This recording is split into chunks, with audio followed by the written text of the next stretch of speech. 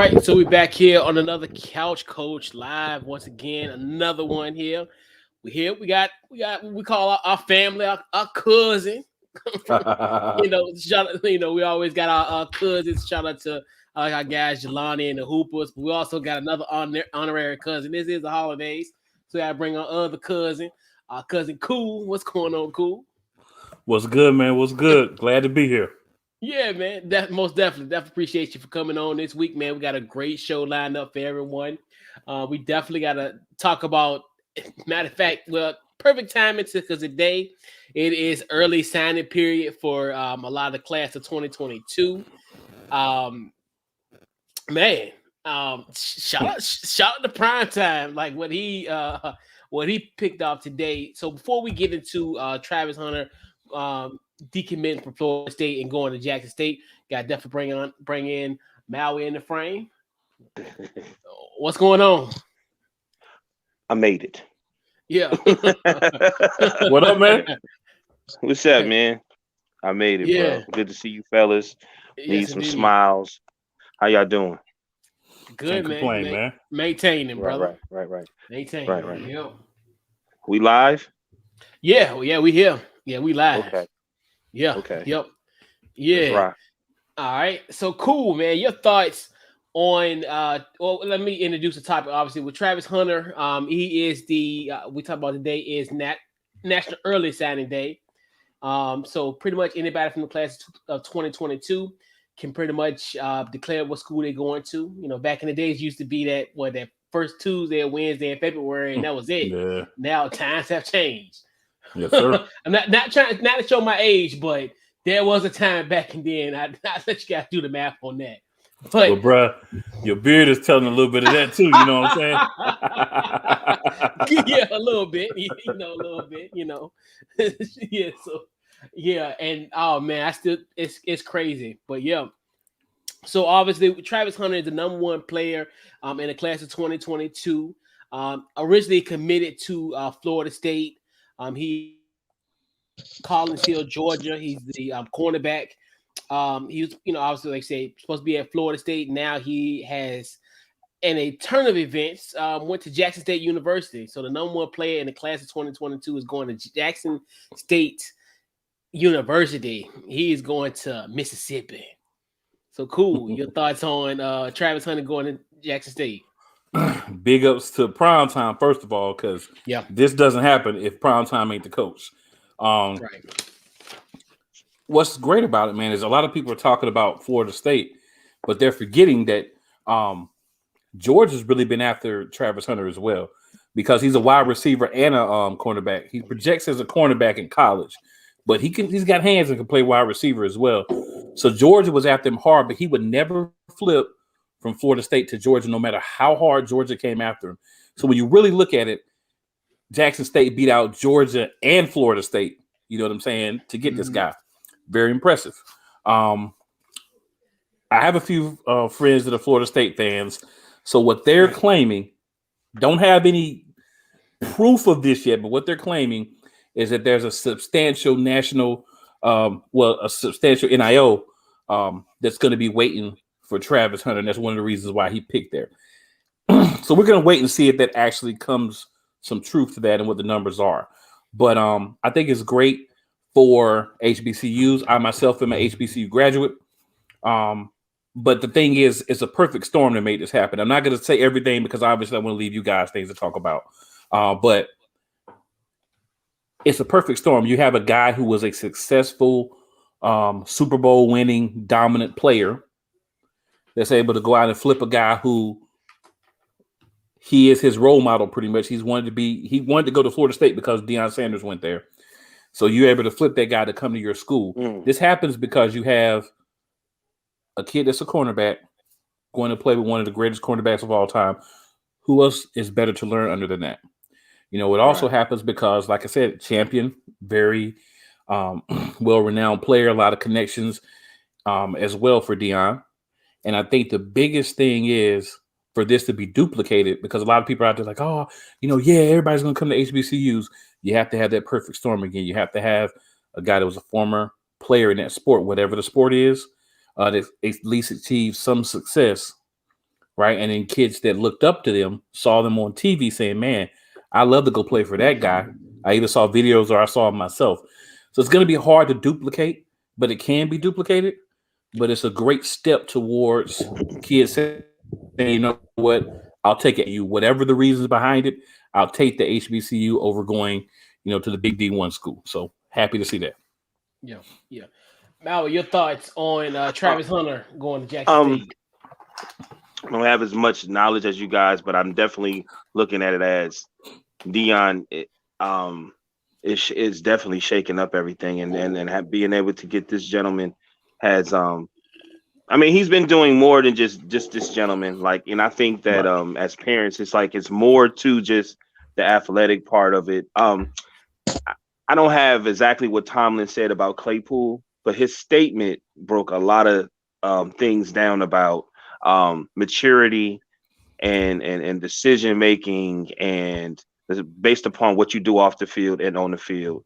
And I think Dion is probably one of the most perfect person because he had to do a lot. You know, he's a two-sport athlete, and he had to make a brand. And everybody in some type of way, when they play sports, they necessarily are trying to do that. And then be able to have a coach like that understands what you're really going through as much. And then he's talking to you.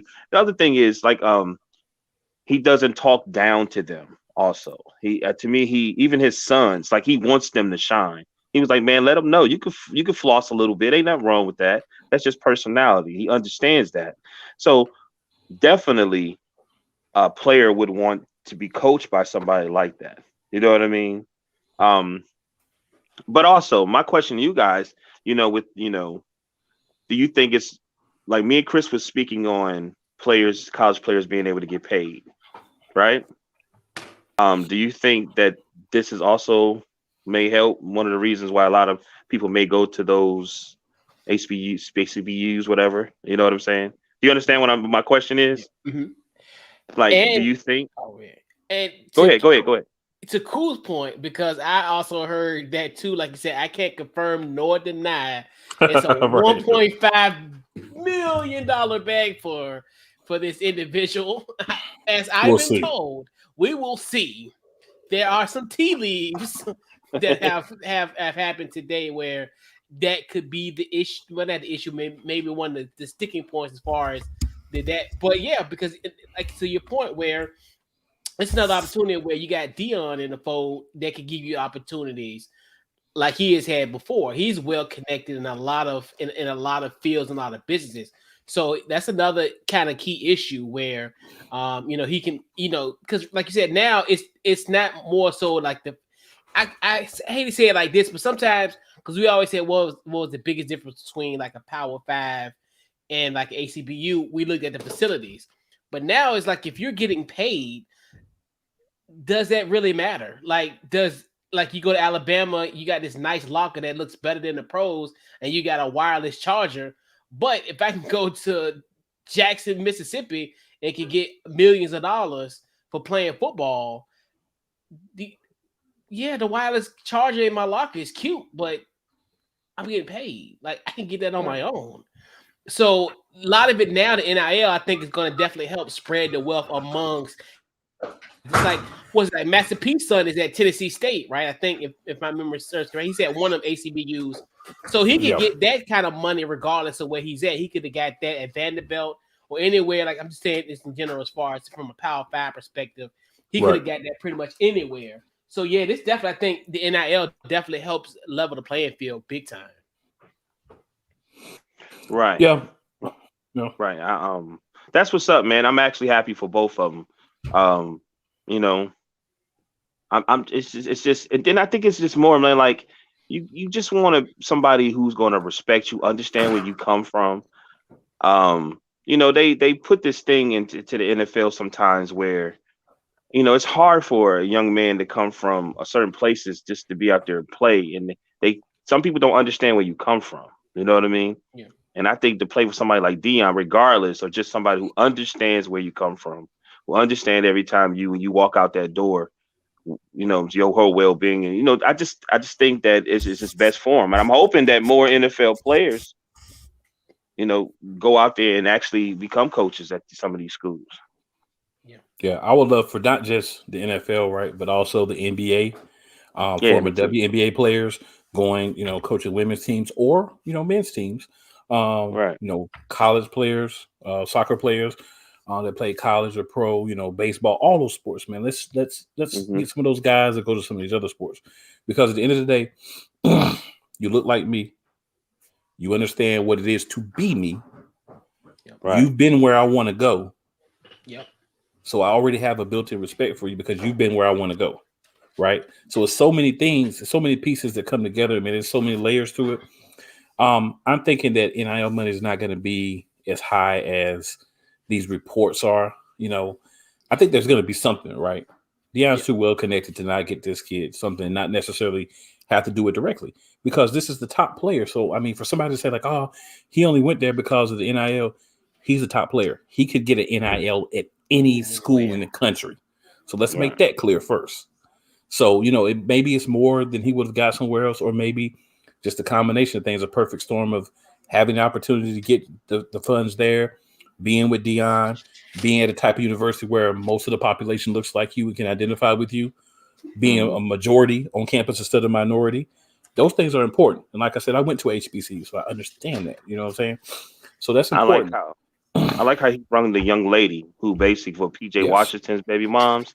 Like it's just funny, but it's actually extremely important, because some of our favorite players be like, man, why aren't they doing this, or why didn't they make it? Blah blah blah. Then you find out later on they dealing with all this drama personally. You know what I mean? Ray Caruth. Yeah. He's doing a lot. He's doing a lot for them to prepare them for life after college, right?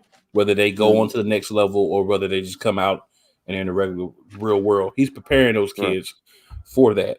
And I can respect that. And the fact that he's able to say, well, will you come in and speak to my kids? We'll make sure you get, compensated for doing so, but you can give them a different perspective and help them know things to watch out for so they don't get trapped in certain situations. Because let's be real, she trapped old boy. But at the end of the day, now she can go and teach other people how not to fall for it. That's a positive. That's something that's going to be live on with those young men in their locker room for a long time. You know what I'm saying? That's why Chris didn't go get those wigs. No.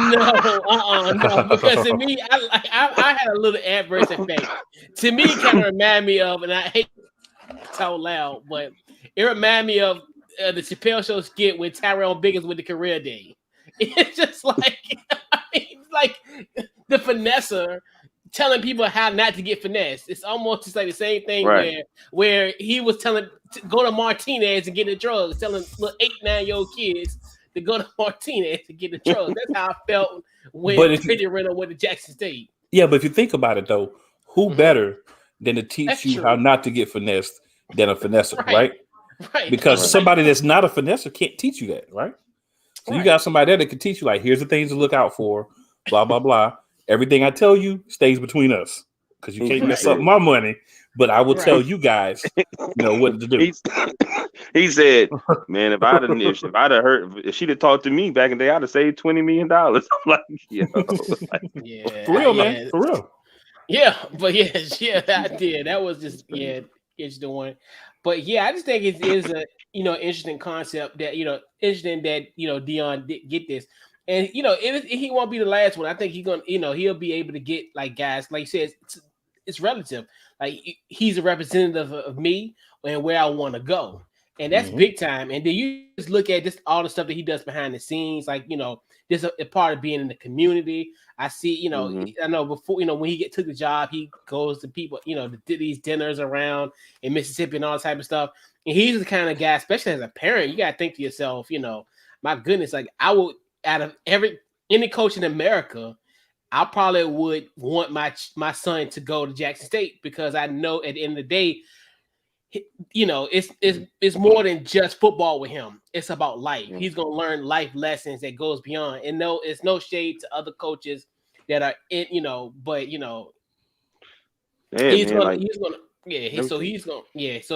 he's gonna be able to, like, if you know, I'm just saying an example. If I had a child, if my son was going through a rough patch at school, homesick, whatever, I know he could go to Dion's office and he could talk to him. Yeah. And so even though I can't, you know, as a father, you can't be there, obviously, but I know he's gonna be the next best thing when it comes to a father figure for my child. You know, and that's for anybody. Just imagine a father. Just imagine, you know, if you were a single parent, like if you were a single mom. That's one of the things I want my son to go there, because he has that father-like influence. And then you just think about his own sons who had D1 offers, they had D1 opportunities, and can't play with him. Bypass those. Yeah. So that speaks volumes to me. Like normally, you know, especially nowadays when it comes to discrepancies between D1 and you know, like Power 5 conferences to go into ACBU, it's like almost like night and day. It's almost like it would have been unthinkable at the time, you know. But yeah. Man, like congrats, man. Yeah, definitely. Yeah, big time. But yeah, man. But like you said, yeah, I remember those days when you just, you know, it was just in February. The signing day was in February, and you know, and all that type of stuff. So yeah, that's, you know, show my age. I show my age. Hey, I do too. I do too. Yeah, so you remember Lorenzo Booker? Remember the running back that used to say, so he came out.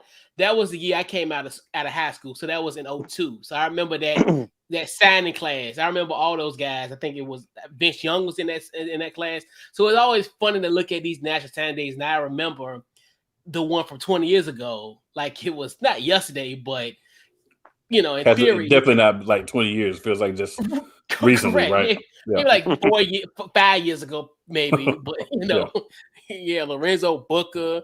I think it was like Elton Brown. I think he went to like UVA. It's crazy. I still remember the ones from class from 2002. But yeah, man. That was a special time. So, but one more thing. I know you got to go on, but I feel like marketing the whole situation even before Hunter gets there, I think Dion is doing a great job. Like his Instagram game is crazy. Yeah, like you have to shout out the fact that he actually. I was actually on Instagram one day. I followed Dion. He went live and he was like, "I'm going to. I forgot the name of the high school. I'm giving somebody a scholarship before I leave.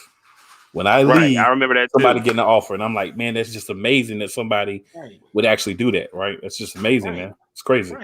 Right. He just give you an opportunity, just off the strength, just going in and you seeing them, like you said, yeah. Oof. I also think that he making everybody else have to step their game up. Yep. Yeah. And you see what's going on now. And actually, you look at now the trickle effect of even all this coaching carousel that we've had in college football. I wouldn't say it's a tribute necessarily to Dion, but it's to a point where, hey, we're trying to make a big splash. Hence, you know, now you look at these, you know, like these coaches kind of leaving in the dead of night 2 weeks ago because of situations like now where we had an early signing period. So they had to get a jump on it. So, yeah, you know, so shout out to Brian Kelly. The fairy godmother did come to him. You know, so, you know, we all want a fairy godmother. You know, not just for Christmas, but just in life. So, you know, so he definitely secured the bag, as we say. Right. So I'm gonna have that Brian Kelly energy forever. Hey, and tell him, you know, if he need a chef or something, I make a mean soup. Yeah. Cut the bowl of sausage in the jar.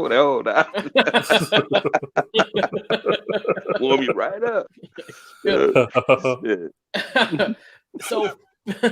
So fellas, last night we were witness to history where Steph Curry became the all-time leader in 3-points made with 2,974 threes made, beating Ray Allen's record of 2,973. I think he's now at 2,978 at this point. So, fellas, your thoughts on Stephen Curry's historic night and this is place in NBA history.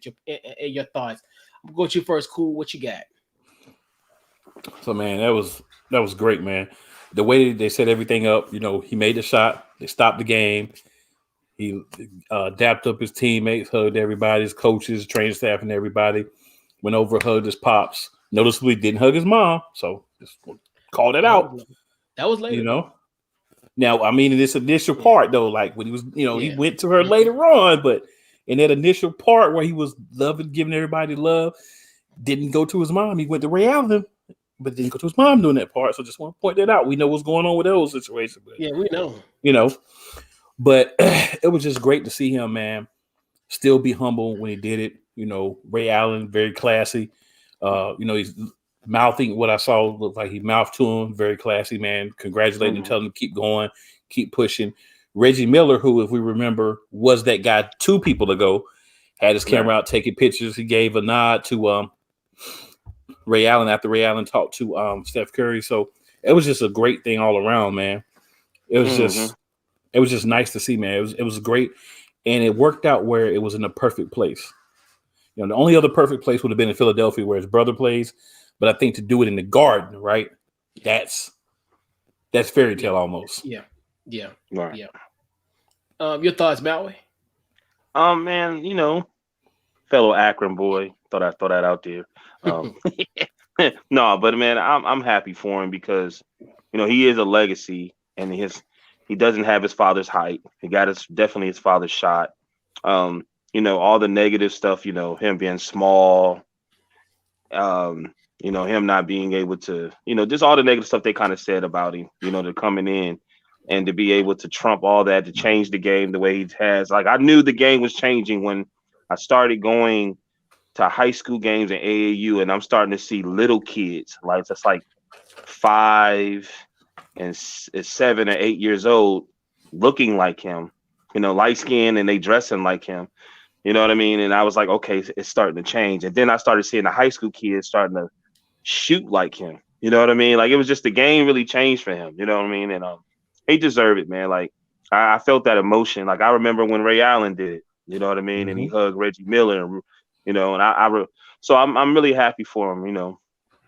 He deserved it in the Garden. Like you said, the Garden was perfect.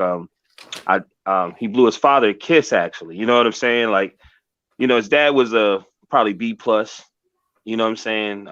basketball player, and to see his son to become actually a phenom, you know what I'm saying? Because that's really what Steph Curry is.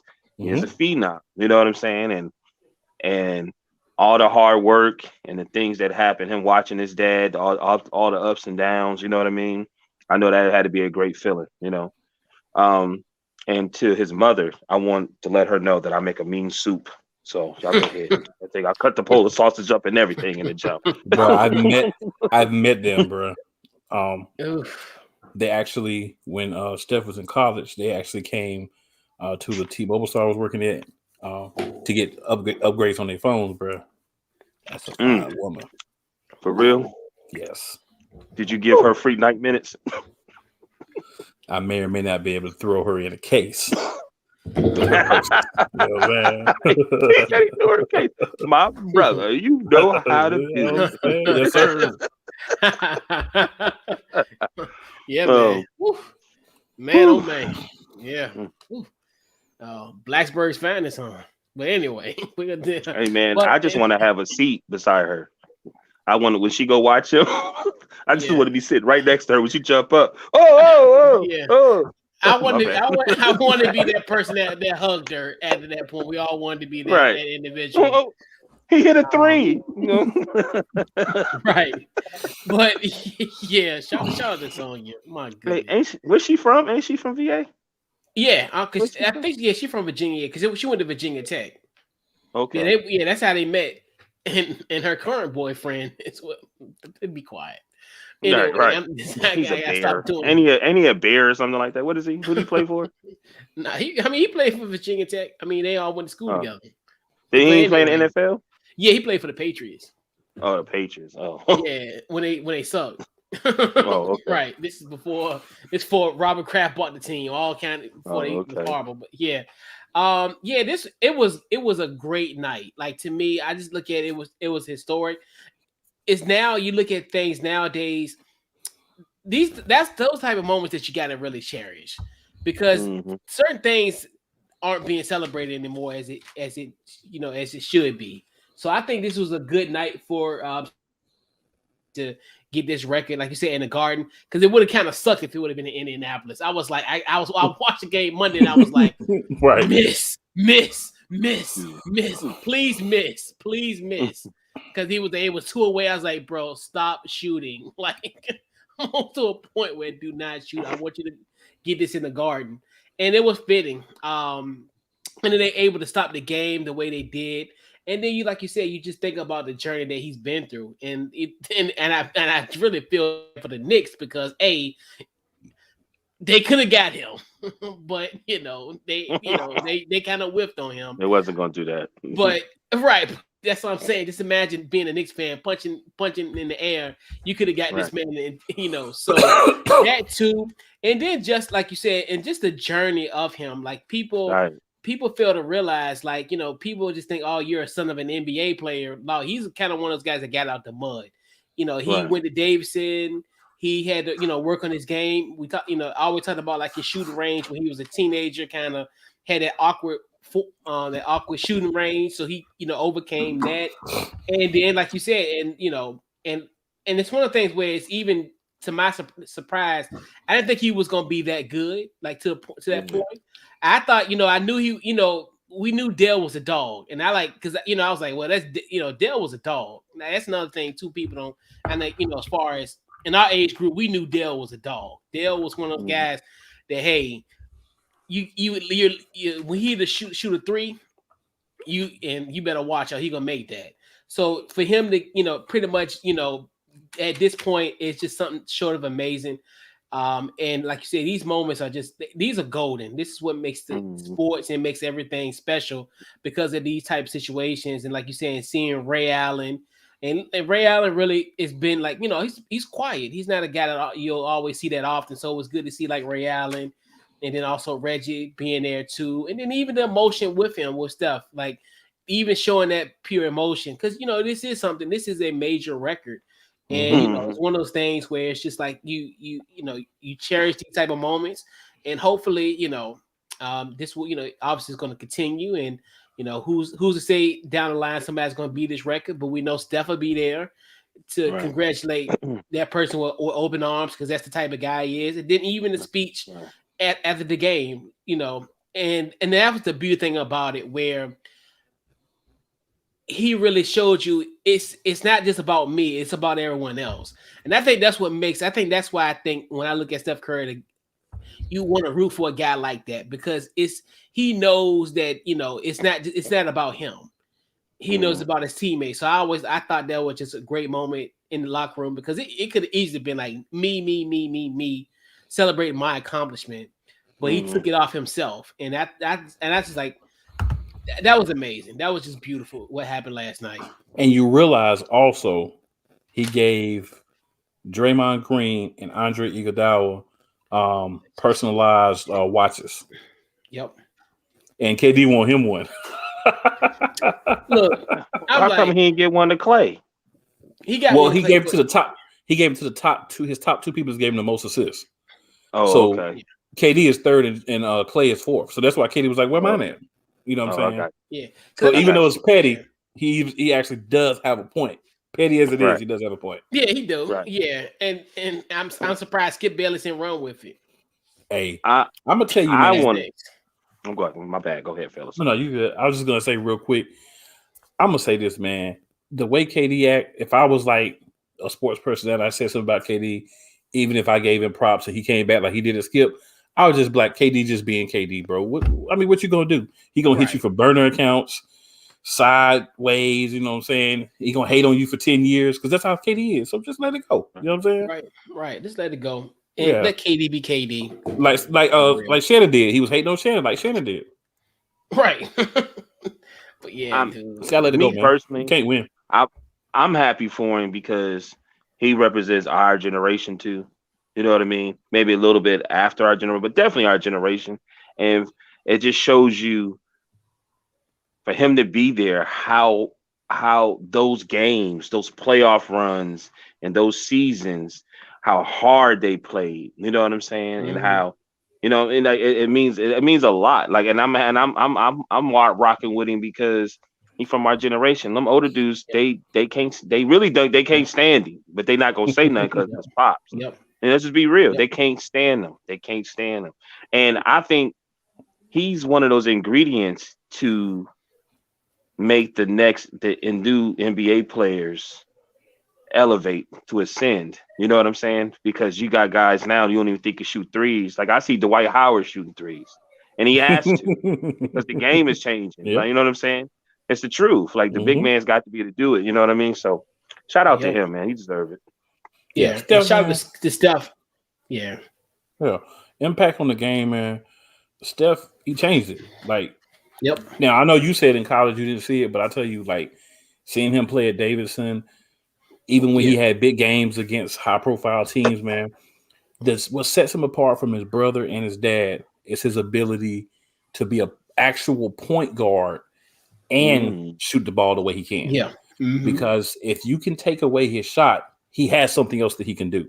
He can move, he can pass, he can get to the lane, shoot it as well. So he can do more than just be that specialized player. That's what he's known for.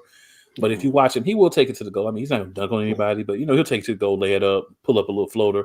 He does those other things. He'll give up the rock. He gets assists as well.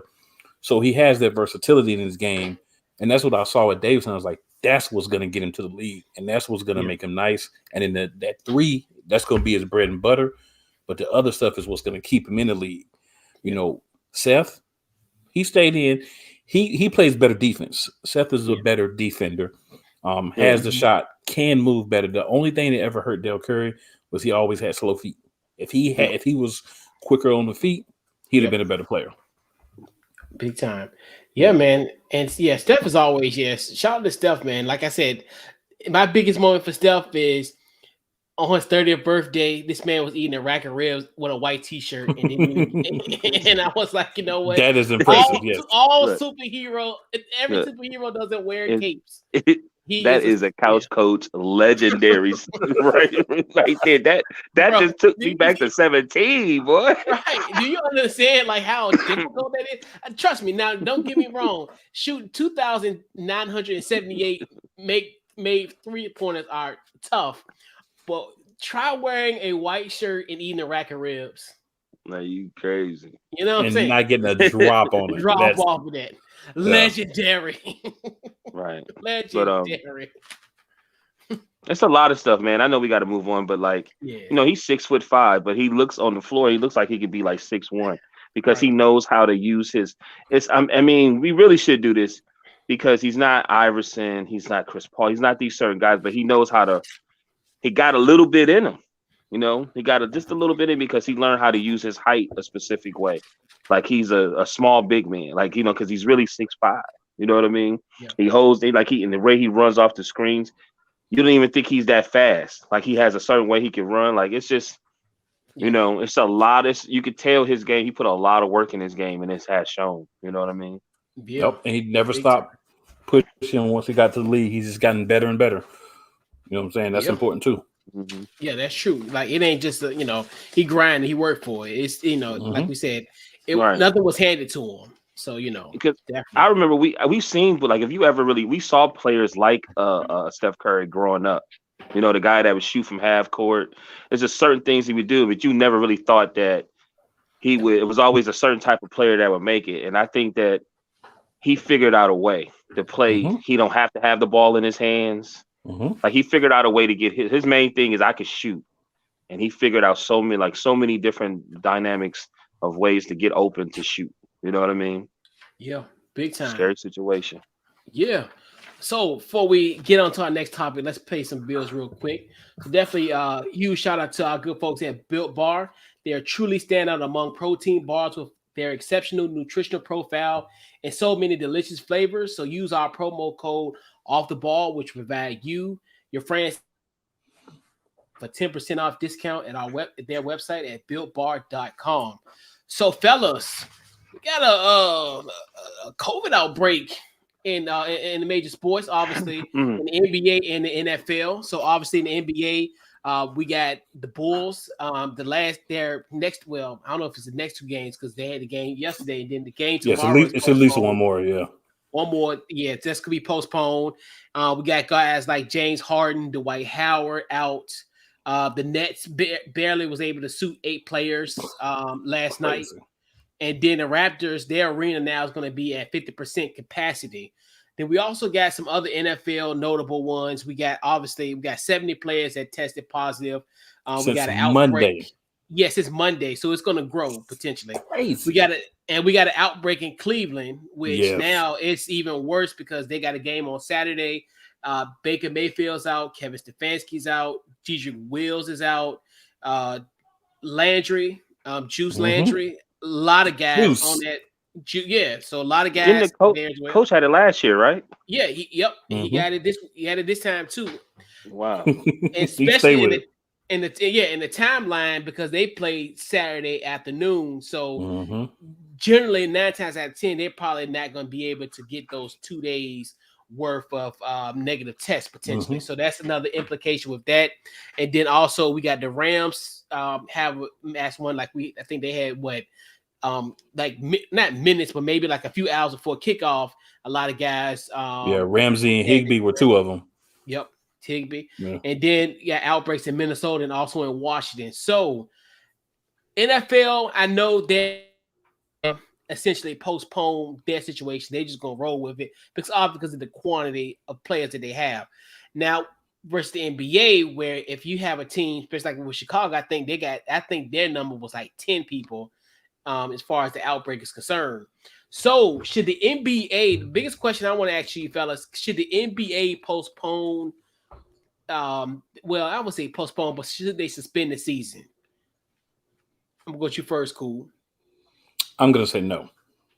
If anything, they should do what the Raptors are doing, because I know they started with the Maple Leafs, the hockey team there, and just cut down the amount of people that are at the events. But here's the thing, that's the problem, and this is here in North Carolina, we're getting back to the point where we're in that red area again. People are going out now. They're not wearing their mask. Yep. They're being around people that may be wearing their mask. But if you weren't wearing your mask everywhere that you're going and you're going out, you're hanging out, you're doing things like a normal person again, you're putting yourself in contact with people who may not be adhering to all the rules. So then you get it, you bring it back to an organization, and it runs rampant. Here in Charlotte, the Hornets, they were down a lot of players. They still have a couple of players that they haven't gotten back. They were at a point where they were playing 7-8 players, and they just got started getting some of those guys back last game. So people have to take this serious. We're not out of the clear, right? Well, we're not in the clear. We're not out of the woods here. We're not in the clear. You have to use common sense. I know that the NFL, the NBA, NFL, they have their rules and their protocols and stuff, but I think you got to tighten them up a little bit again. You got to say, look, guys, understand that you can go out, you can do whatever, but we're trying to get through a season here. I think you have to make things more stringent, kind of pull back on some of the things that they're able to do. Maybe you say, hey, guys, we need you at the facility and at home, right? We got to get through this. We got to get this thing over, get the season done.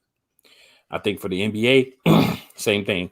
We need you at facilities. We need you at home. We don't want to see you guys out at parties and stuff. You got to tighten some of those strengths that you kind of allowed to get loose before. It's serious, man, and it's not going away. So the only way to combat it is you have to kind of isolate yourself to a point.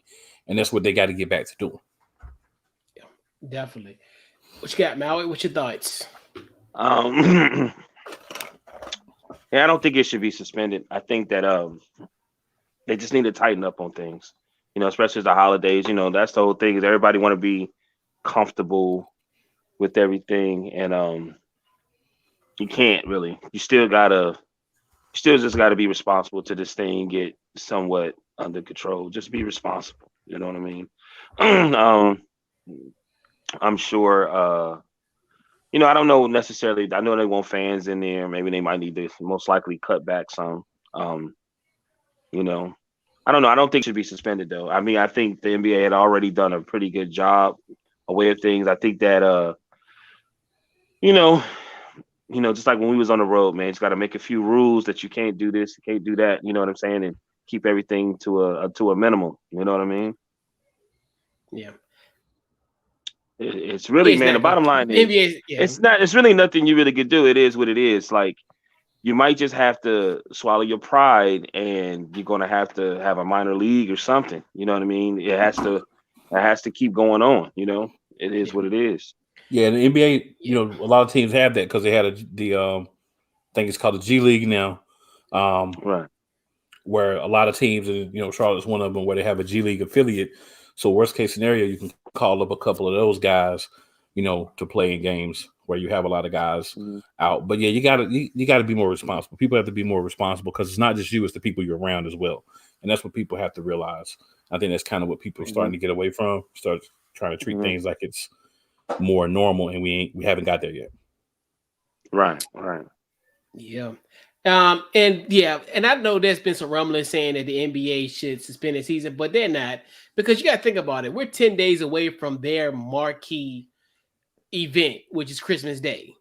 They're not going to cancel. Like we always talk about the reason why they started the season, last year on December the 22nd, because guess what? These networks want the big piece of the chicken, which is Christmas Day. Yes, sir. So they're not gonna, and like you said, and it's kind of expected because I know the NFL was kind of tightening up a lot during the Thanksgiving holiday as far as they had certain type of mandates. And the same thing gonna happen here. I think we're gonna be at a period, especially now, between now, New Year's, and what have you. So I would assume we're gonna have outbreaks probably up until maybe like February or see March. So one of those things where, like you said, it's just going to be a case-by-case basis.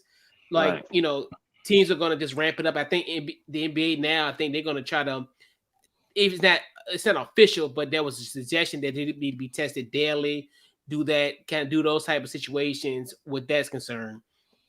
So I definitely think they're going to they will postpone it. And definitely with the NFL's without no shadow of a doubt, regardless of the outbreaks, whatever, they can't, because that's another one where you think about it. It's another one where you're the home stretch for the NBA, for the NFL season. Now, added that extra week. So obviously week 18 is so vital. And that's obviously that's 3 weeks away. You got the playoffs, then you got the Super Bowl in February in Los Angeles, all places.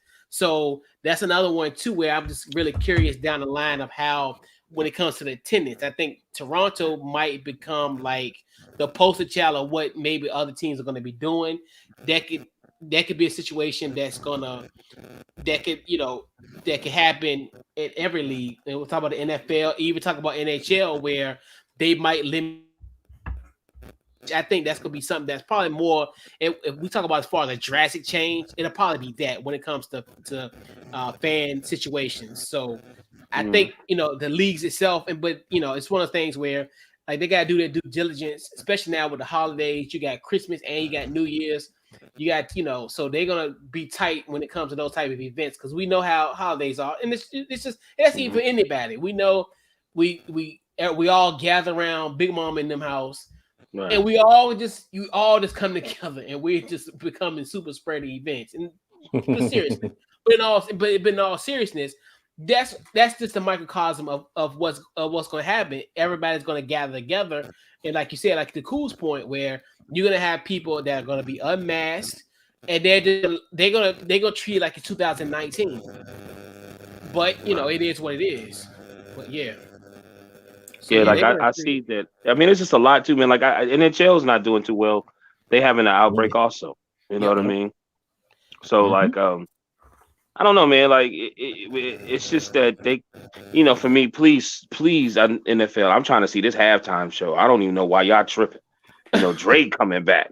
I'm just messing with y'all. You know what I mean? But they're gonna make sure they're gonna happen. Yeah, that's what I was telling. I said, bro, they are not going to stop. They're like, man, we're going to get through these games. We're going to knock off these playoffs. And then we're going to get ready for this Super Bowl. This Dr. Drake, Yeah, real talk. Yeah. This may be one of those years where the teams that don't have a lot of guys that get hit by COVID might be the ones that win the championship. Yeah. Right. Now, right. Because you look at like Cleveland. Cleveland is another example where this is a pivotal game. And it ain't just Baker and Coach Stefanski. You got Gigi Wills is probably one of the best. You trying to go sign Josh Johnson to play? That's how bad things are getting for you. Right. Shout out to him. He had a cup of coffee in Washington and a great road victory against the Jags in 2018. Shout out to Josh Johnson. Thank you. I hope Baker and everybody feel better. Yeah. But yeah, that's another one where you look at. That's another one where they're kind of charting up, obviously, with the win of Baltimore last week. Right. Now you got a Raiders team that's on the verge of tanking once again, and they can snag a road victory and still be in this playoffs. And we talked about that from what Buffalo to Miami. I think Miami's 13th, and they're only separated by a game. From 7 to 13 is only separated by a game. And like you said, this could be what we can, we might have a situation where COVID might wreak havoc on certain teams, especially I think you look at, and I don't want Cleveland to say this an excuse, but you'll hear fans in Cleveland say that, so but at the end of the day, but yeah, so but that's you're gonna have those type of situations where you're gonna be missing out key players, and this is the wrong time to be without your wide receiver, your left tackle. I think what Gigi was it, were they left tackle or right? I forgot what he's all line left tackle. Yeah, this is the wrong time for that to happen. But like you said, I don't think they're gonna postpone it because you got a quintuple header, quintuple header on in 10 days, so they definitely not gonna do that whatsoever. So, fellas, Spencer Rattler is heading down to your neck of the woods, right down on 85 in Columbia, South Carolina. Yes, he is. Spencer Rattler coming to USC. Well, that's what we used to call it. Cool, I'm telling my age again. Now, this is before like Reggie Bush and Matt Lyon and all of them was like doing their thing. We used to call USC University of South Carolina. South Carolina, yeah. You remember? You know that. Cool. South Carolina, yeah. Right, cool. Yeah, you got to feel me on that one. You got to feel me on that one. Yeah. Remember we used to say, I'm like, old man. Now you remember we used to call USC Southern California. I mean, that's Southern California. We used to call it South Carolina. Yeah, I remember. Yeah, right. Now it's got to be the USC of the South. Yeah. So I don't know if that's a good thing, but hey, USC. Right. So, no comment, cool. Man. No comment. Right, correct. So cool. Your thoughts on Spencer Rattler going to South Carolina? So I was, kind of checking into this a little bit after everything's been breaking since then, and it's interesting because Spencer Rattler's going and he's taking his tight end and a good friend of his, Austin Stogner, with him. Mm-hmm. So not only is the real USC, I'm gonna call it, getting Rattler, but they're also getting a tight end, another position that they really needed, a number one option there. They went 6-6. They had to use 3 different quarterbacks. They even had to use a grad assistant to play quarterback. That's how bad things got in South Carolina last year. Wow. So them being able to get a talent like Rattler to come there, and still has, I believe he still has 2 years of eligibility. So, you get him for a couple of years. You get a tight end to come with him that knows how to play with him. Automatic connection. Every quarterback needs a tight end to be their escape valve when things go wrong, which they normally do on a regular basis.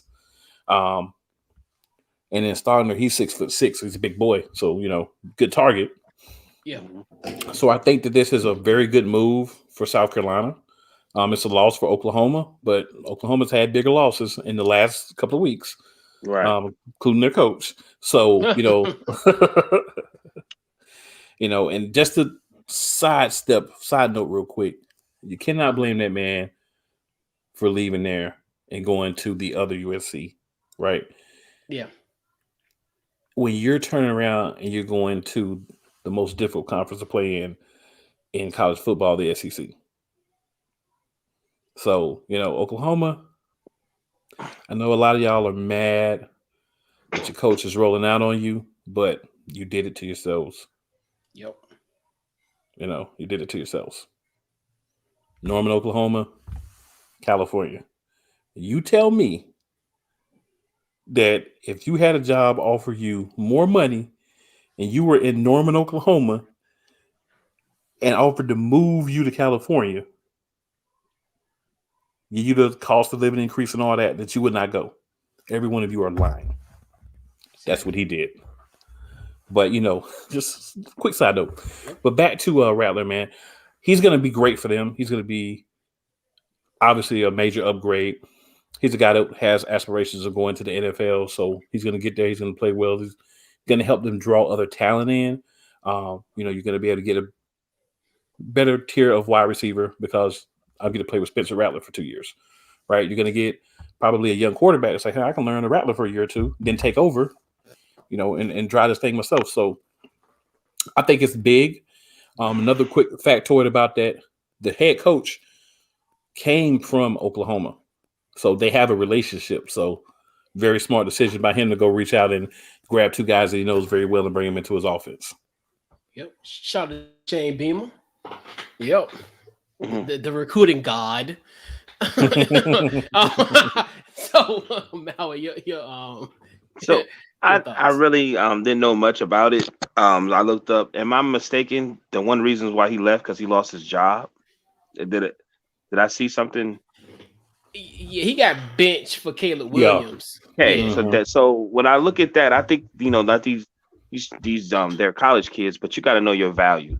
So if you got aspiration to go into NFL and you get benched, and then the coach leaves anyway, you know what I mean? Right. Then you definitely gotta weigh your options, and that's what you're supposed to do. You know what I mean? And I don't know much about college. He doesn't have an agent, right? I don't. No, well, don't have an agent, right? They don't allow that as of yet. As of yet, okay. Right? So what I'm getting to is deal, though. So what I'm getting to is that means he had to most likely handle his own business. You know what I'm saying? To make some phone calls or necessarily talk to certain recruits. Say, hey man, coach is leaving. I'm looking to get out of here. So then by him going through this situation, once he get into the league, he gonna understand this is a business. You know what I mean? Like some people, and it starts in college. Some people want to just play for Notre Dame, even though Notre Dame might be dogging you, or you might have had a better situation playing at Jackson State. You know what I'm saying? And with this, I just think it's going to help him from his whole mindset to understand that this is a business. So for me to get here, I need to take this opportunity, and then might even talk to his like you said, his homeboy. Like, man, why don't you come with me? We'll help each other out. You know what I mean? And then so we can get to the league. You know what I mean? So yes, sir. Kudos to him, man. Shout out to him and the USC of the South. Real USC. Right. Yeah. And I think this is a great move for Spencer Rattler. Like a part of me, and I think him, reunited with Shane Beamer. Like I talk about, I always like Shane Beamer, even when he was at Virginia Tech being recruiting. He always was here in Richmond getting talent. I look at him as kind of one of those guys that really believed in the 804 talent.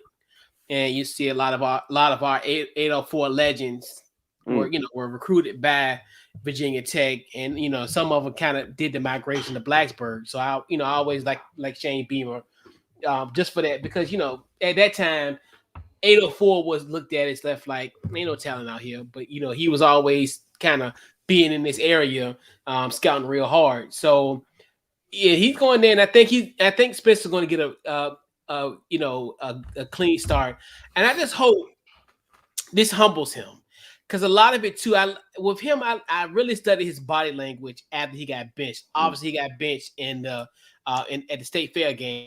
What's that called? I sound like Tony Romo now. The Red River Rivalry. Yeah, I sound like Tony Romo on that.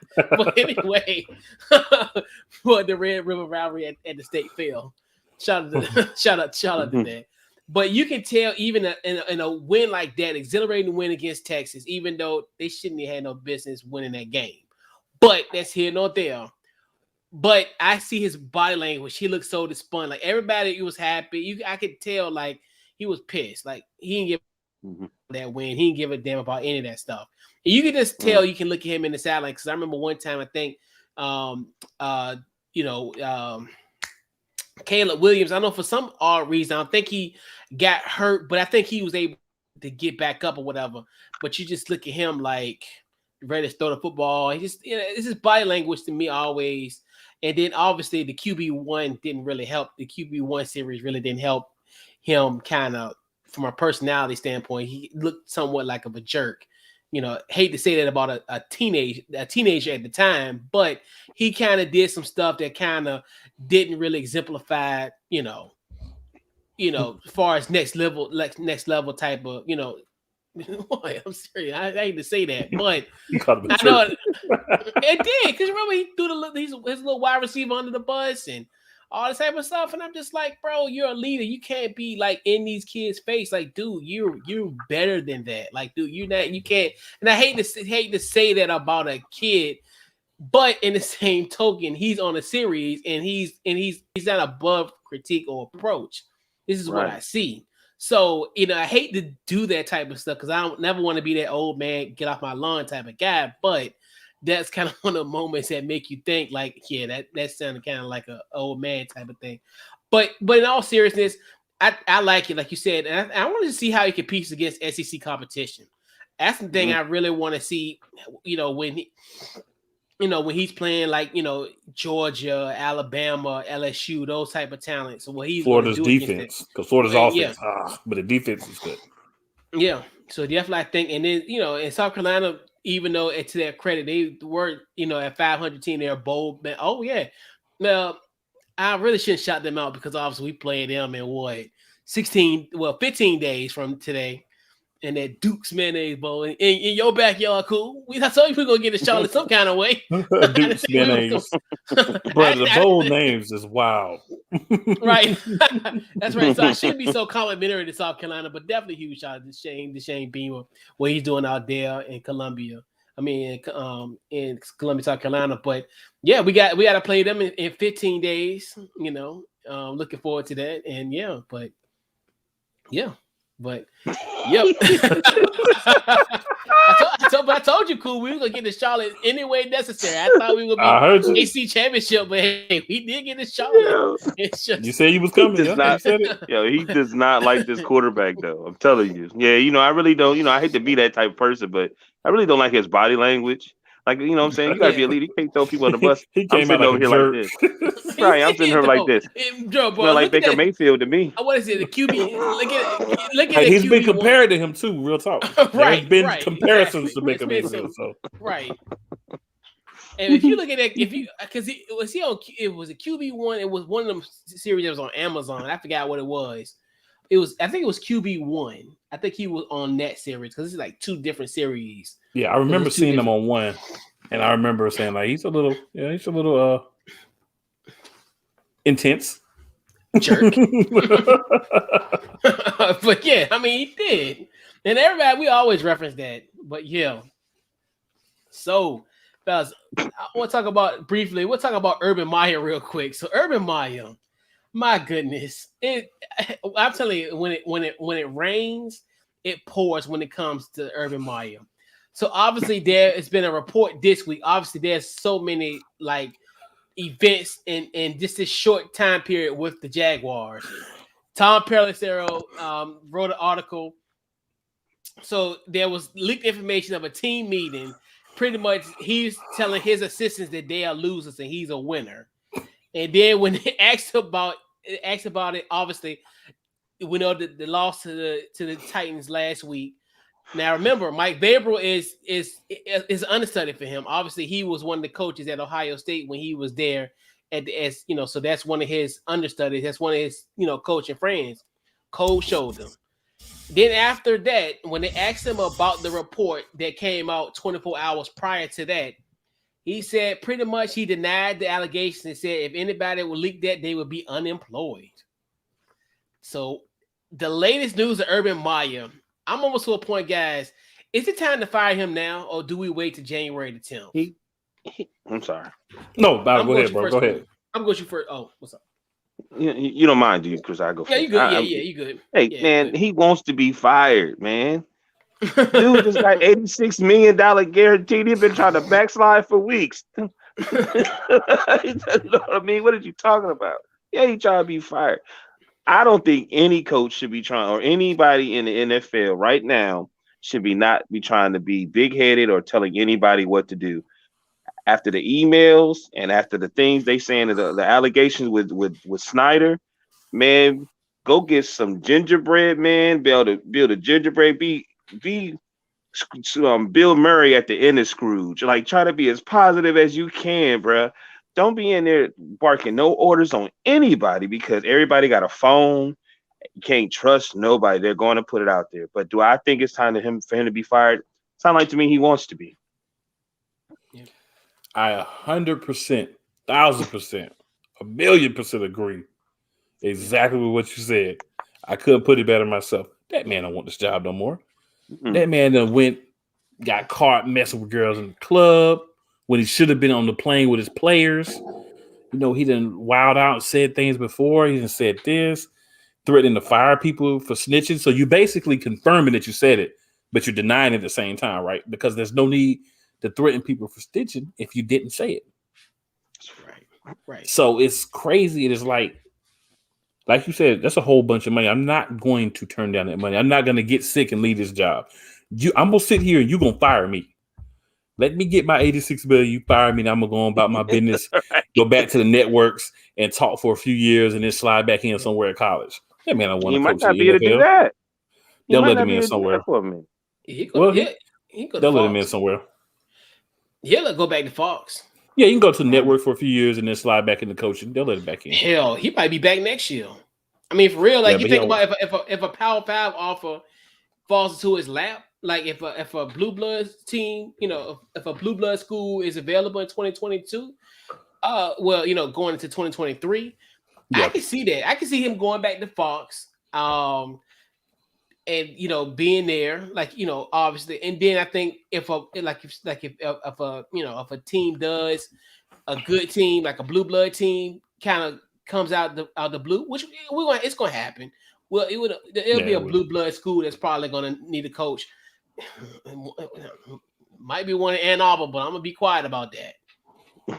You know, oh man, he done bought his stuff like 4-5 years just off that one win. But I think he might be Viva Las Vegas. I wouldn't want to go there. I mean, I don't know. This is just hearsay. I wouldn't want to go there. Talking about this some barbershop talk. So this more so, you know, we ain't Adam Schefter official, but I've been hearing some rumblings about him trying to go to Vegas, which, and almost to my point, and I hate to say it like this, but you know, not to kind of sidetrack it, but like Jim Harbaugh it's probably the highest that he's gonna go with this team. I don't necessarily think that he's ever gonna get back to. So to me, go to Las Vegas, you know, try to resurrect Derek Carr or do something. But anyway, yeah, I think it's time. It's just to a point where you give my boy Derek Carr a line. That's what you need to give him. You resurrect the line. And like I'm almost to a point where you really got to cut your losses with Urban Meyer, because I think we talk about $86 million, and I hate to say this like this because obviously I ain't got that kind of money, but take that $86 million hit because you're gonna take even a worse hit. Because if he stays around, nobody's gonna want to come to this team. He could poison Trevor Lawrence.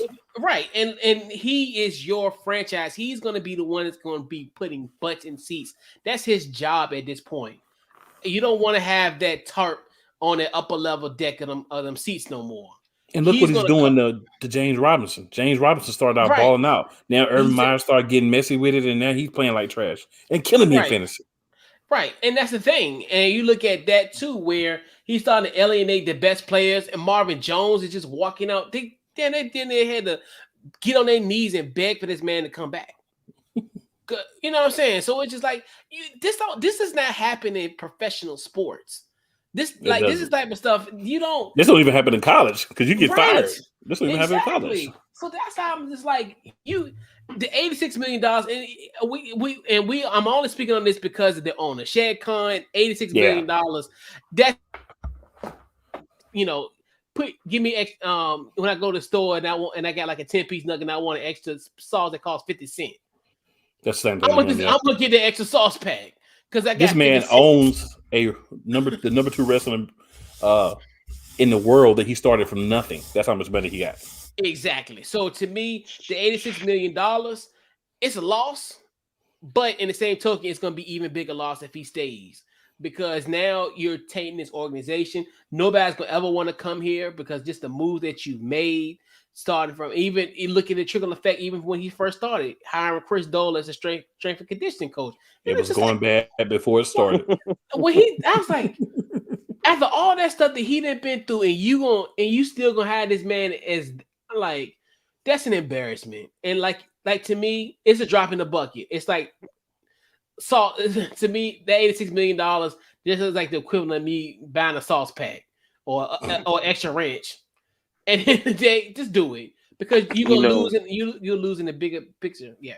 Maybe upgrade your combo. Right. I'm gonna be honest with you. Like, he has the name. Maybe he really don't want to coach no more. It's like, you know what I mean? But you can't. You know what it reminds me of? You remember back in the day when Phil Jackson was like the president or something like that for the Knicks or whatever he was, the position he had, and he didn't want the job, but they gave him everything. Yeah. So he took it. And now, to me, because of that, they don't talk about him as much as they should, because they feel like he did such a horrible job with the Knicks. You know what I'm saying? And I feel like Urban Meyer's the same thing. Like, come on, man, this dude's name meant something. Now all of a sudden he's getting, listen to everything we said in the beginning, the negative stuff. It's like, do you really want to coach? I know you got the name. You know what I'm saying?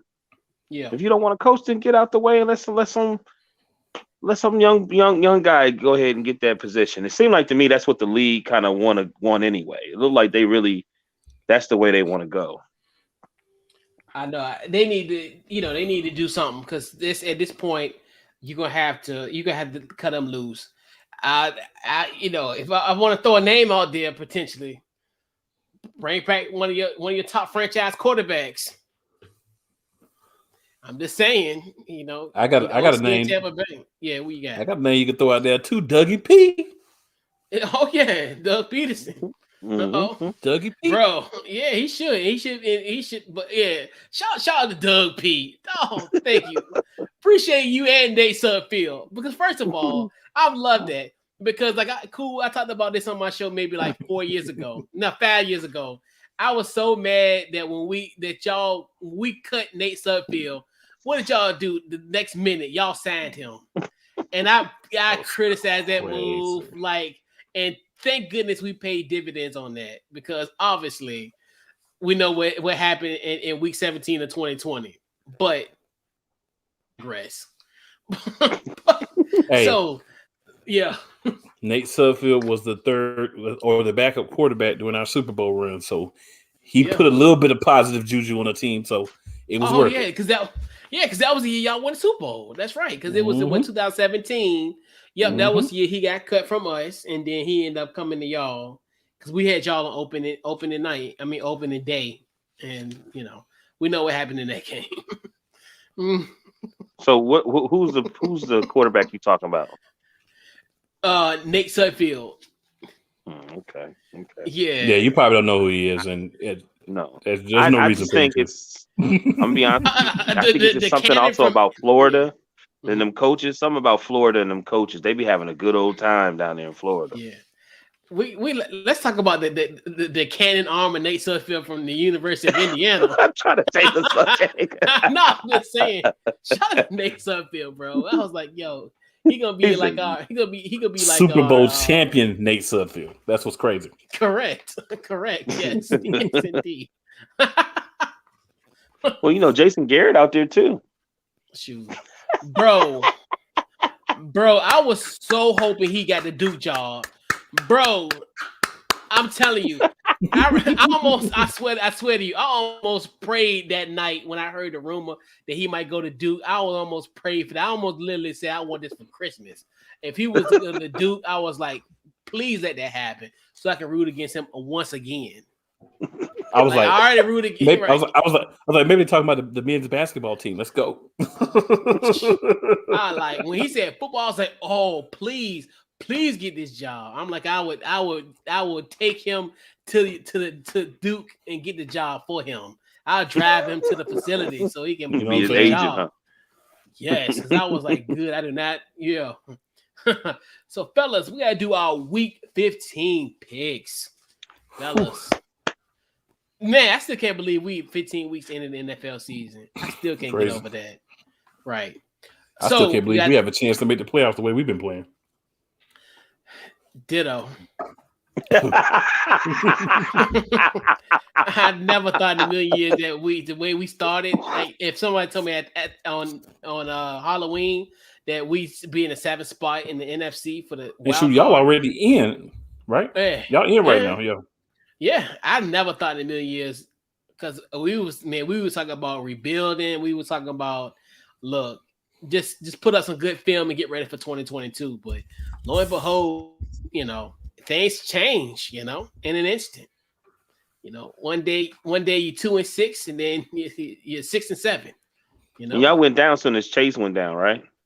Then y'all start winning after he got hurt. Yeah, they actually did. Yeah. Yep. But yeah, that just shows you how good a team is. What'd you say? What'd you say, Cool? I just say, yeah, that's what happened. Yeah. Yeah. I mean, that happens at times. Well, and I mean, the reason I said it is because, I know a lot of people were saying that he was being kind of exposed because he didn't have a lot of moves. I like Chase, so I'm not talking bad about him, but, I just think sometimes when you have a star player, you put so much on them, like you still got to win the game, Yeah. Yeah. Anyway. And then when they're not there, everybody else like, okay, I can't watch him. I got to go play now. Right. Yeah. Yeah. Yeah. It's and I think it's really coincidental, but hey, we're gonna find out next year. Such my homeboy, man. He gets so emotional with No, I'm serious. No. Yeah. First game I think that really galvanized this team, though. I think it really did, because it was really heartbreaking seeing that injury. Yeah, man. And it's the same part of that field. Heineke, well, your quarterback, Chase, was the first one to give him support last year. You know what I mean? Like, he was the first one in his face. You know what I mean? So I'm sure, him being a young player and being hurt, I'm sure that kind of motivated him. And he's a leader, and he's a leader. I've seen him even in. That's another one where I'm really all about body language. I remember, when I think I really seen his true leadership is when he got hurt in his rookie season. We played Cleveland, and I seen him being adamant on the sidelines and him just being an active participant, even though he couldn't do nothing for us on the field, but he paid dividends. Like, he was like, he did his thing in that, being off the bench, just being encouraging and helping guys out. So, yep. So the opposite of Spencer Rattler is what you're saying. Oh, yeah. Spencer. Yeah, Spencer, you can just tell. And, especially in that type of game, because you think about it, Texas and Oklahoma is a big game. That's the main reason why you go to that school, for both teams, because you want to play in the Red River rivalry. and you want to play at the State Fair, Charlotte's Web. Yeah. And that would be dope, man. I always tell people, like, man, we should do something like that in Virginia, where like Virginia and Virginia Tech should play at the State Field. That'd be dope. But renew that route. Yeah, and then they make sure it's muddy. Let's go. So we got week 15, fellas. We here. So we got, first off, the Kansas City Chiefs at the LA Chargers. Who you got? I'm gonna go with you first, Cool. Chiefs. They peaking. Okay. Yeah, KC. All right. Who you got, Maui? Oh, man. I'm gonna pick the Chiefs. I want to pick the Chargers because I like quarterback, but I'm gonna go Chiefs.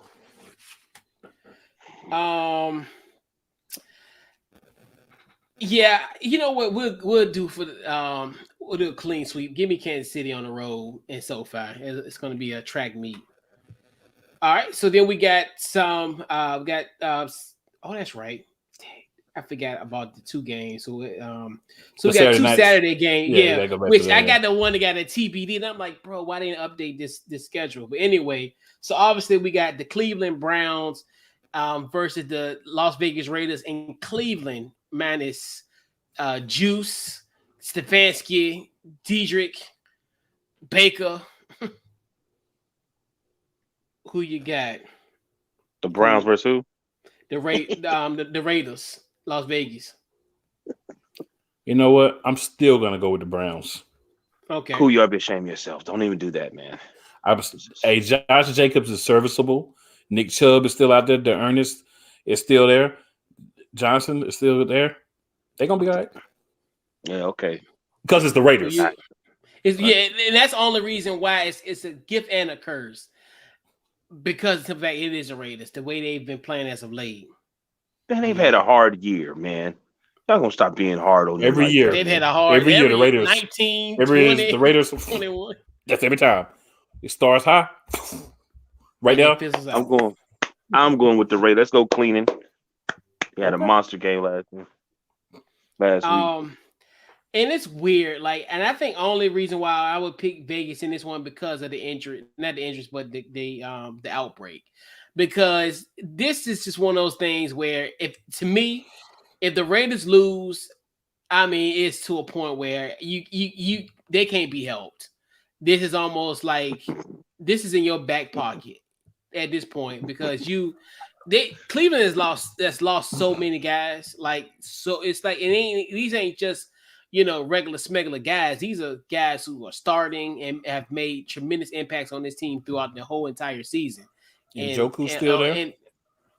Yeah, that's true. That's true. And then also Casey, and then also Case Keenum, and I think he's serviceable. He's a good quarterback. I wouldn't say he's the best backup in the league. Mm-hmm. Now I was just gonna say, I wonder if because I hadn't heard anything about him yet. I wonder if he got COVID. I hope not, because I don't know who they third.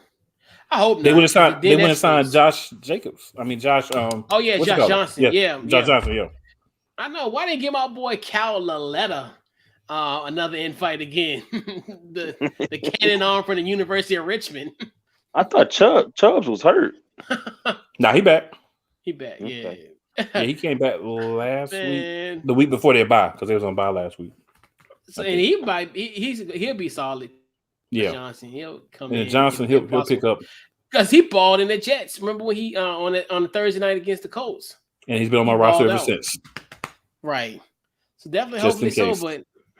But man, if it's another one, bring in my boy Cal Laletta. But yeah, so then we got New England and Indianapolis to wrap up the Saturday doubleheader. I'm gonna go with you first, Cool. This is a no-win game for me. I don't want either of these teams to win. Me neither. But I'm gonna go New England because I think they're going to be able to stop Taylor inside the 20. I think they're going to be staunch on defense, and they're not going to let him and Hines plow through once they get inside that 15, 20-yard line in the red zone. I think they're going to, play a different style of football there and, be able to hold him back some and try to force Wentz to be able to be the one to make the plays. And I can tell you from previous experience, that's probably not what Indianapolis wants. But that's exactly what New England wants. Yeah. Who you got, Maui?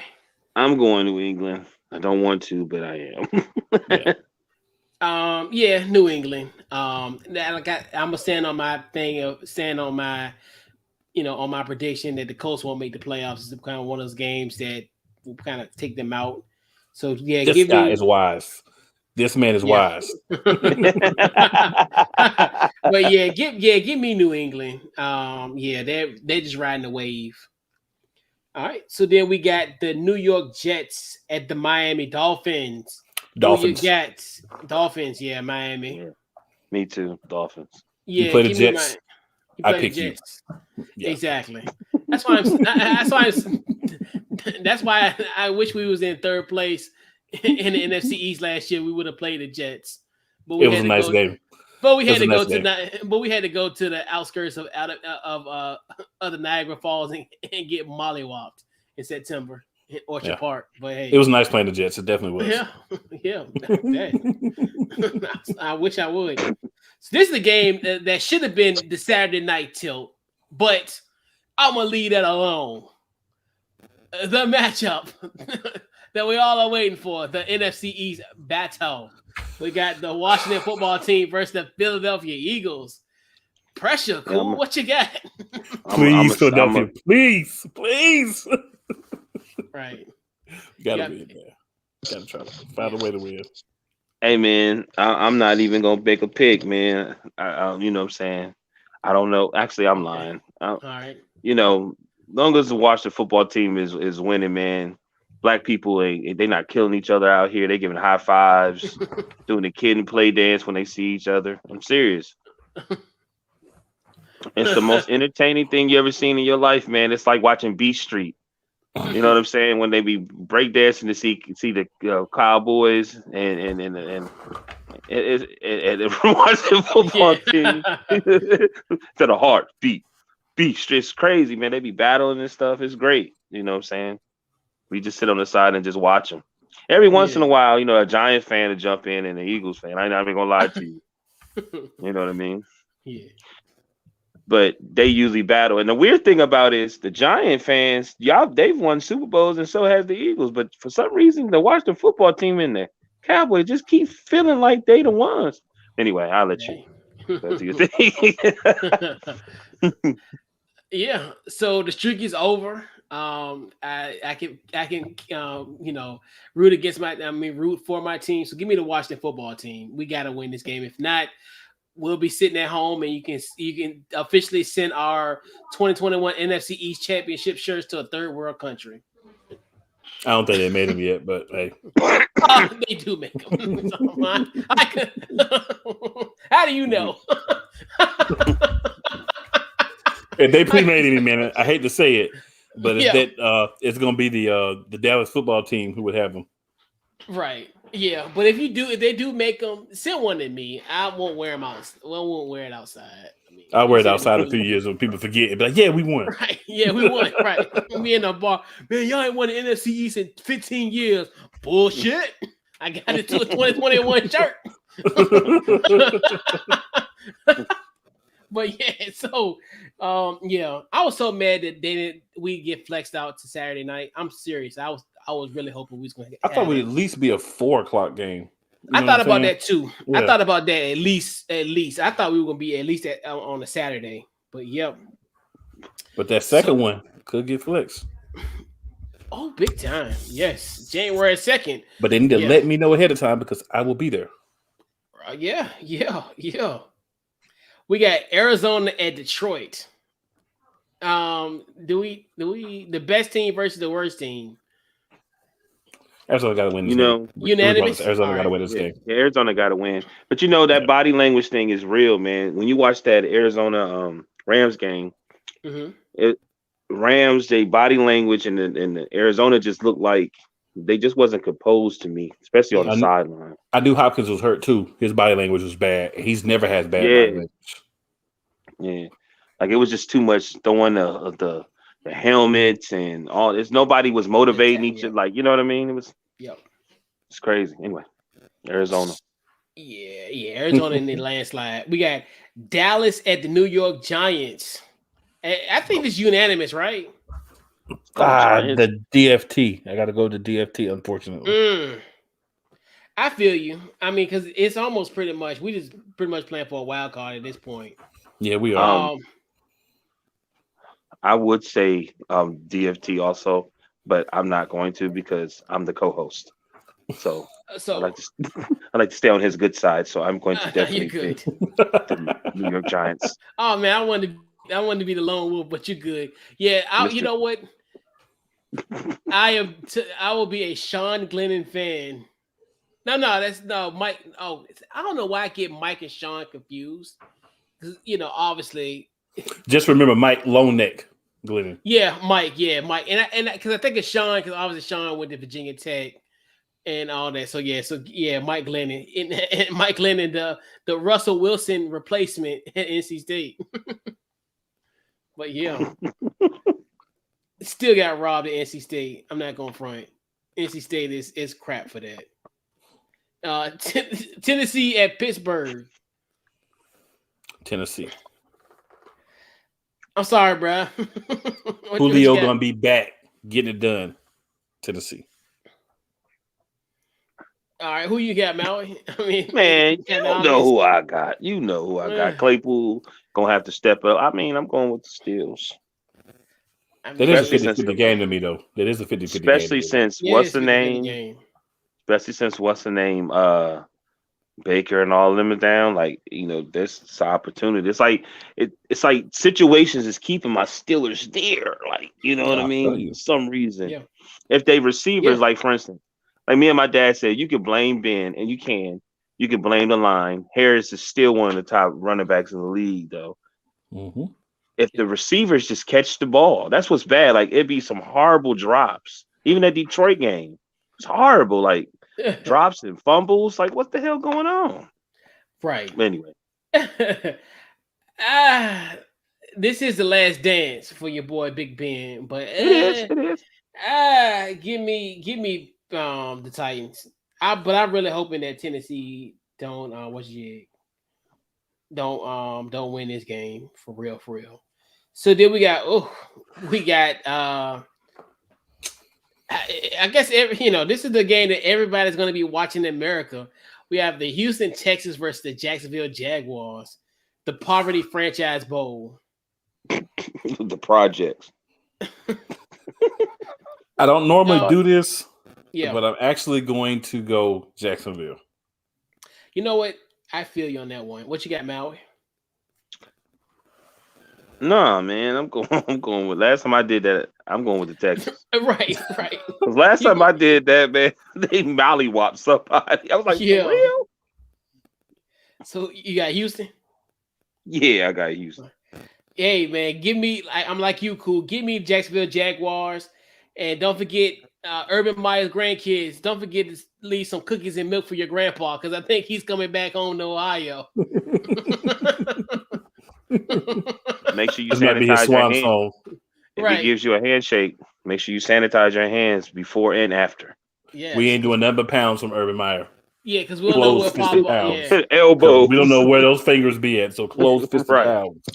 You know what I'm saying? Hit it with the elbow. Look, and I keep a bottle of hand sanitizer, a little one in the pocket. So you know what I'm saying. I'm Right, gonna sanitize big facts. afterwards. You know what I'm saying. Yeah. So Right.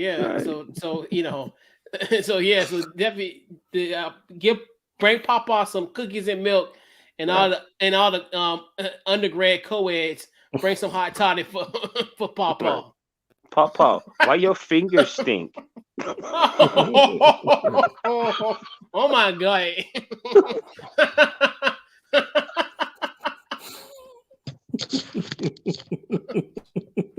All right, so we got Green Bay at Baltimore. We got Aaron Rodgers coming to the Avenue.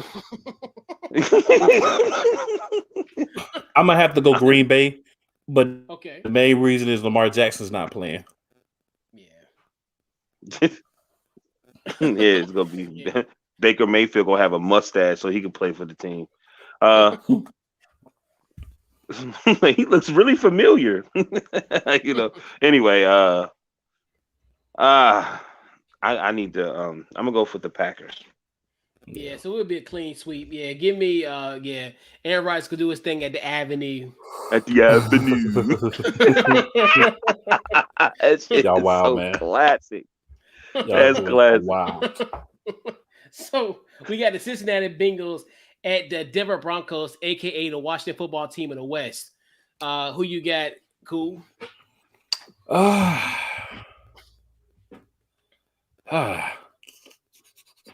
I'm gonna go Bengals. Okay. All right. Who you got, Maui? Where they playing at? Denver. I'm going with the Broncos. Bengals seem like they only play good at home. Yeah. Give me Denver. I wanted to stand pat. I had this team as being 10-6, 10-7. So hopefully, I doubt that's going to happen at 10-7. But hey, I'm gonna try to stay 10 toes down when it comes to my pick of the Washington Football Team in the West, the Denver Broncos. All right. So we got Atlanta going to Santa Clara. Who you guys got? I'm gonna go shoot first. Cool. Who you got? The Santa Clara 49ers. Santa Clara. All right. And let's see who you got, Maui. Tough, right?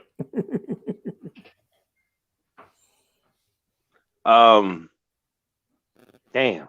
I'm gonna go 49ers. Yeah, give me the 49ers. I just hope Atlanta.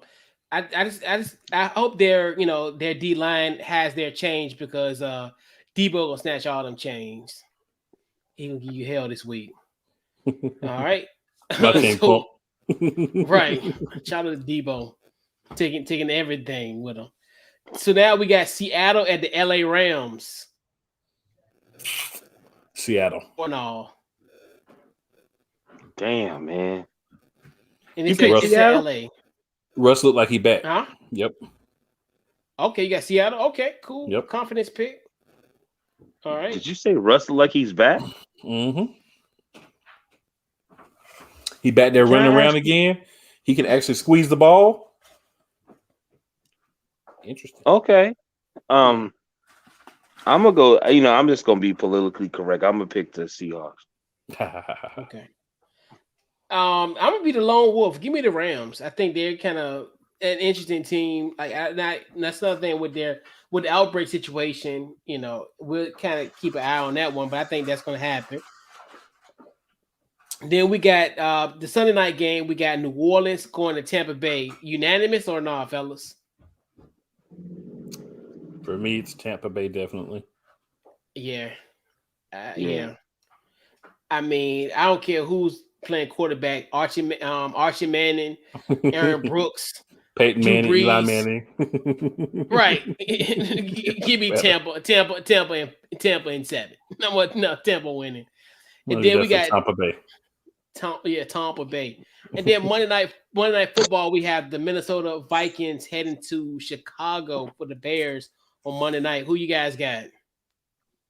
Upset special of the week. The Bears. The Bears. Really? No, that's me. No, that's you. You got the Bears. Okay. The Bears. Yeah. Who you got, Maui? Oh, Vikings. Vikings. I'm a part of me is like, you know what? Kirk Cousins in prime time. I've been down this road before. I bought a T-shirt and I bought a T-shirt and a keychain. I'm a president. I'm a fan club of the Kirk Cousins Brigade. But give me the monster of the Midway. It's going to be a performance that even make Papa Bear proud. Papa Bear Hallis proud. Give me Chicago. I just can't trust Kirk Cousins at night. I've been there, done that. I know I like Kirk Cousins. No, don't get me wrong. I like Kirk Cousins. But Kirk Cousins. Because I'm telling you, man, he's anybody that played for the Washington football team. This dude gives the biggest. He gives them so much love. You know what I'm saying? And now he do it. He called them the Washington football team alumni. I'm like, man, he was there for 2 weeks. It don't make a difference. You know what I mean?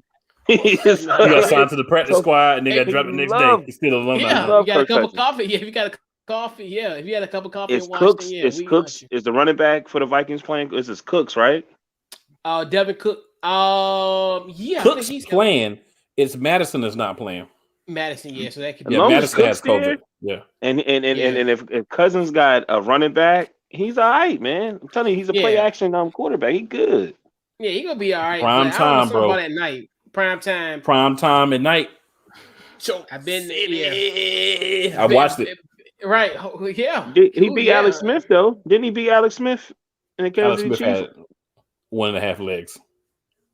Hey man, stay on my side. Jeez, we've been down that road when it's dark. I think because he had one. I know. Actually, I can only think of one game that he beat. He beat like Green Bay. On Sunday Night Football when he was with us, but I think that's the only Sunday night only primetime game that he's won.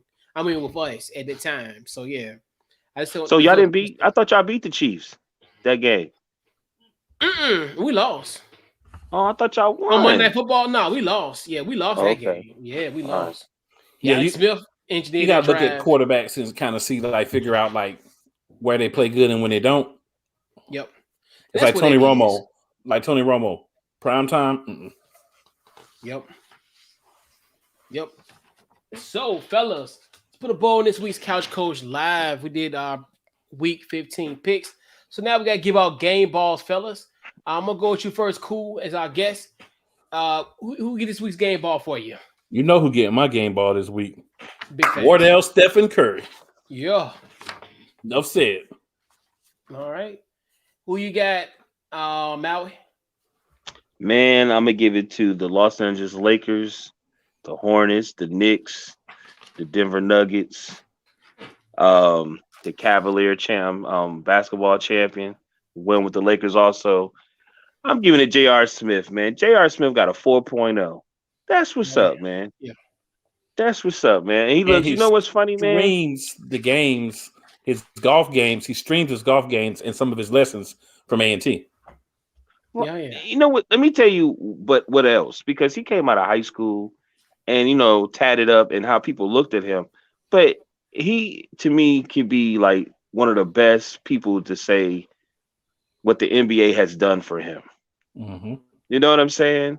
Like, this is Henny Smith, like walked around with his shirt off when he won. You know what I'm saying? Like, I'm really happy for him. Like, when they talk to him, he looks genuinely really happy. He's in retirement. He looks extremely happy. I'm happy for him. He's playing golf.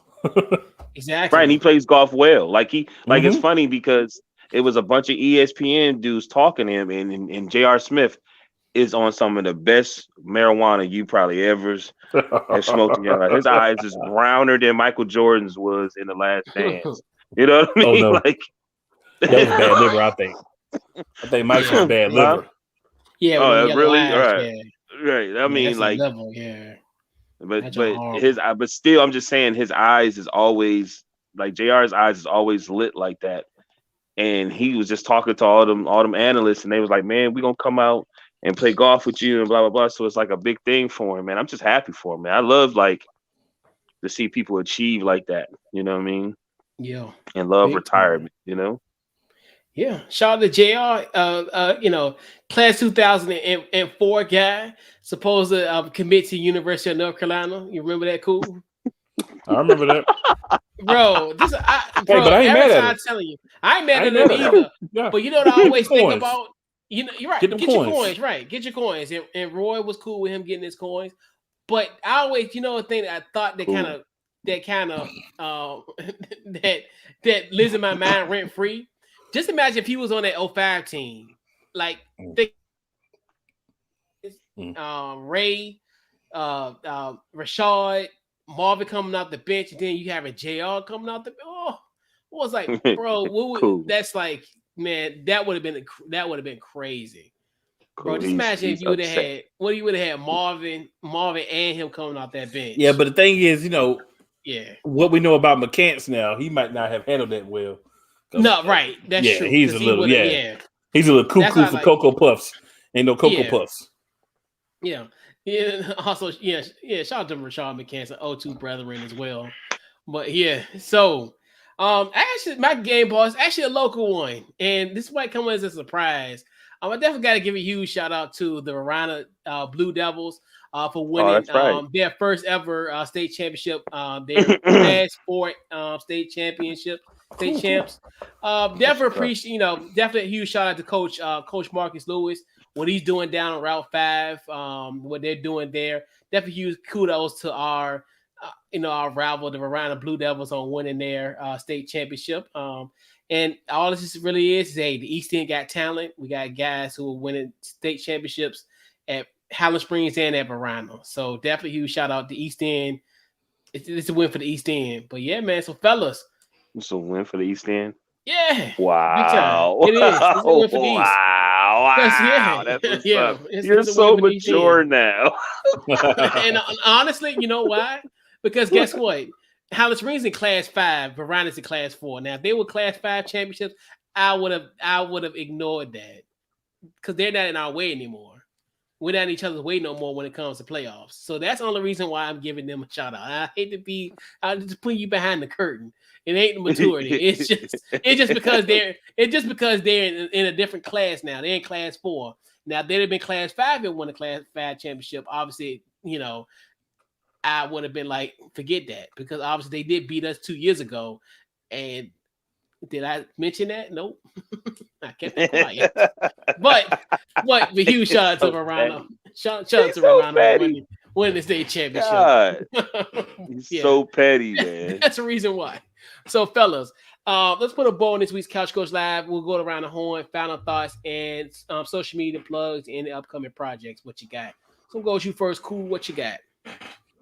So, first, man, appreciate you guys for having me on, man. Always wonderful to get on with you guys. Y'all are very entertaining, man. Enjoy being part of the show. So tonight I'm going to be on the Sports Gauntlet at 10 p.m. Tomorrow, of course, I'm going to be on the Sip Off, hosted by Megan Price, now on YouTube. So you can find it by typing in the Sip Off on YouTube.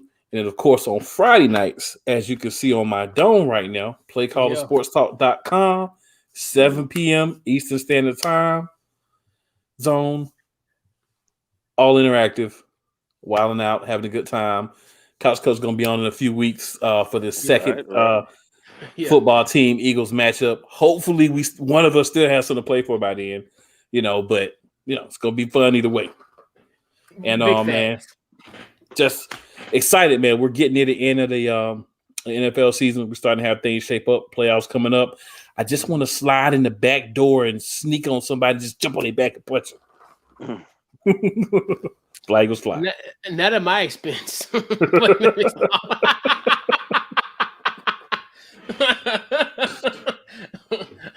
Maui, what you got? I'm in Deshaun Morgan Facebook, DT Morgan 78 Instagram. Great show, man. Appreciate it as usual. You know what I mean? And cool, welcome, man. You know what I'm saying? Welcome to the avenue. Yes, sir. Yes, sir. Pulling up on the block. You know what I'm saying? Right. Yeah. Right. It's hilarious, man. You know why he says the avenue, right? Why is that? Because the way the people in Baltimore talk. So they. Oh, that's why he says it. Okay. Yeah, he said, "Welcome to the avenue." I didn't know if that was why he said it, but yeah, that's why he said it. I think it's hilarious. Bro. Yeah. Right. Because that's why I was laughing, but I didn't know that's why he was saying it. Because it's just like it's like hood, but it's British. Like hello, Hulu. like we don't say like come to my house and watch some Hulu. I spent a summer in the Maryland area, bro. You is not lying at all. You know what I'm saying? Let me get your Hulu account. God. Hulu? Not at all. Hulu. Yo, like to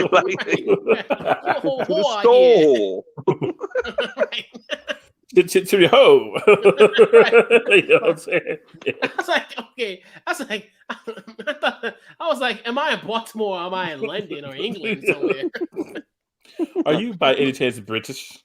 Right. Exactly. What you do? What you mean what I do?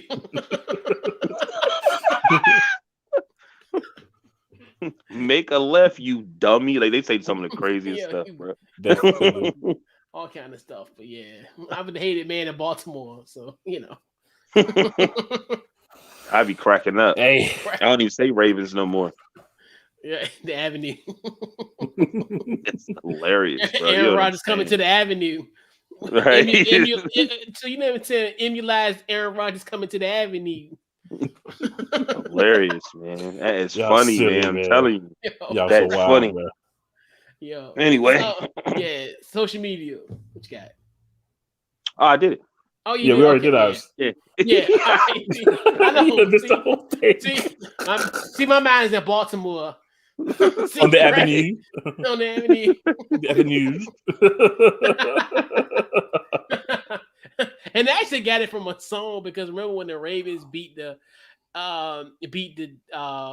Charmin, the Chiefs, they really beat them on like week 2 of the NFL season, and there was a video circling around saying something back when the Avenue was the Avenue. So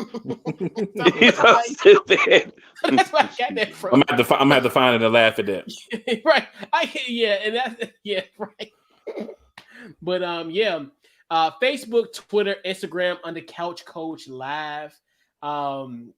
Let's see. Also, the podcast, anyway, you get your podcast, Apple, Spotify, we're on there, Couch Coach Live, YouTube page as well.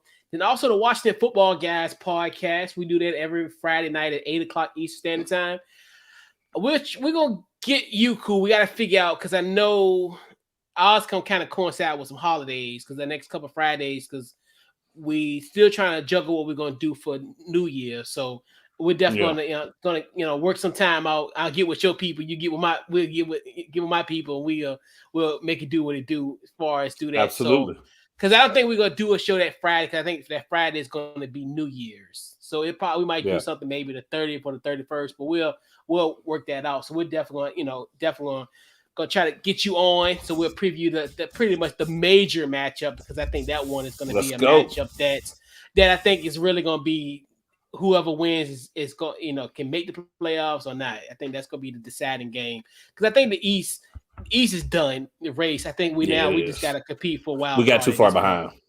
Yeah, same here. We got too far behind and we just let them we let them off the hook. They are who we thought they were, and we let them off the hook. You let them off the hook, But it's all good though. Who takes a 13 game in season and treat like it's bullshit. Bullshit. And we let them off the hook. That's how I really felt like. But I know I had to be happy. And I had to be kind of melancholy. I had to take the loss with a grain of salt. But definitely huge shout out to the rest in peace to Denny Green. That was that impassioned speech will always forever live on. But watch the football, guys, every Friday, 8 p.m. Eastern Standard Time on Fridays. And then we also do the post game. We won't do a post game this week. Got some things brewing with that. But then so we gonna be doing that as well. But once again, appreciate you, Cool, for coming on. Another honorary cousin here on Couch Coach Live. We got a bunch of cousins. We got a bunch of cousins. And so, Cool, one of our cousins when it comes to here on Couch Coach Live, man. Definitely appreciate you for coming on this week. And man, and this has been this week's Couch Coach Live, man. See you guys next week, and we are out. Welcome.